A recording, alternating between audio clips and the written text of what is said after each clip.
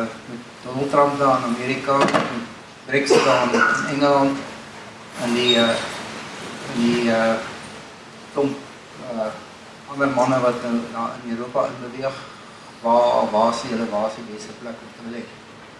Hillary Clinton het iets soos 2,9 miljoen stemme meer gekry as Donald Trump.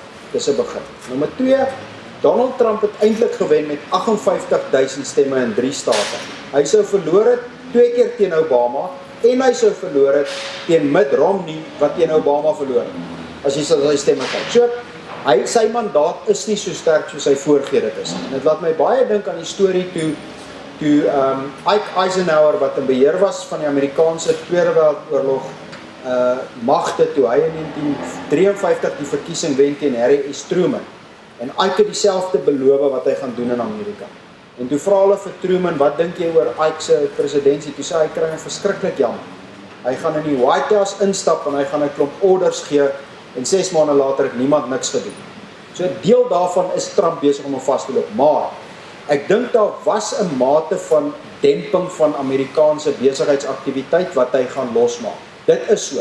Dis hoekom die markte sterk is, dis hoekom ons sterker groei verdiskonteer, dit gaan gebeur. Die langtermyn effek kan problematies wees veral vir Suid-Afrika. Amerika se ekonomie is so 23% van die wêreldekonomie. Soos 'n beduidende deel van die wêreldekonomie. Amerika se handel met die res van die wêreld is minder as 15% van sy ekonomie. So hy het nie regtig die wêreld nodig nie. As hy gaan begin mure opsit, wat gaan dit beteken?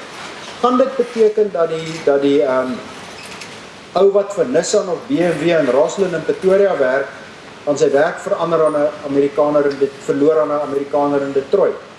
Gaan dit beteken dat die ou wat lemoene verpak, sitrus verpak in naby Port Elizabeth, in potensie gaan sy werk verloor aan 'n ou wat in Kalifornië of in Florida lemoene pluk? Ek weet nie. My opinie is dat ouens soos Trump gaan probeer, terwyl tegnologie ons meer internasionaliseer, probeer die wêreld middelklas grense opsit.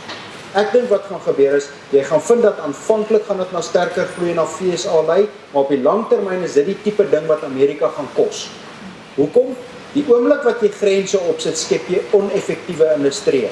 En dis jou langtermyn probleem. Korttermyn help hierdie goed, en die langtermyn tel dit teen jou, want jy begin 'n oneffektiewe industrie skep. My opinie is, daai tipe van goed wat dit gaan wees. Jy moet eerder teruggaan en sê, maar ek wil graag hê 50% van my beleggings moet in die buiteland wees, en dan gaan kyk jy waar en wanneer.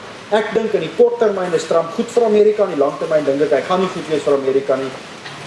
Warren Buffett het in Omaha gesê, al gaan Trump, die Amerikaanse ekonomie is groter en sterker, 'n president gaan nie 'n verskil maak. En ek dink dis wat ons gaan kry. So, ek sal nie spesifiek op 'n Trump, op 'n Brexit, op 'n Gert Wilders, op 'n Marie Le Pen, op Duitsland alternatief 'n groot besluit maak nie. Ek sal dood eenvoudig sê, jy wil jou weg blootstel uit Suid-Afrika uit en kry eerder vir jou die free lunch. Die free lunch is diversifikasie. Maar vir jou om te probeer vooruitstel waar die rand gaan, ek weet nie. Al wat ek weet is, die rand is baie beter as 2 jaar gelede, en ek dink dis nou 'n beter tyd as 'n jaar gelede.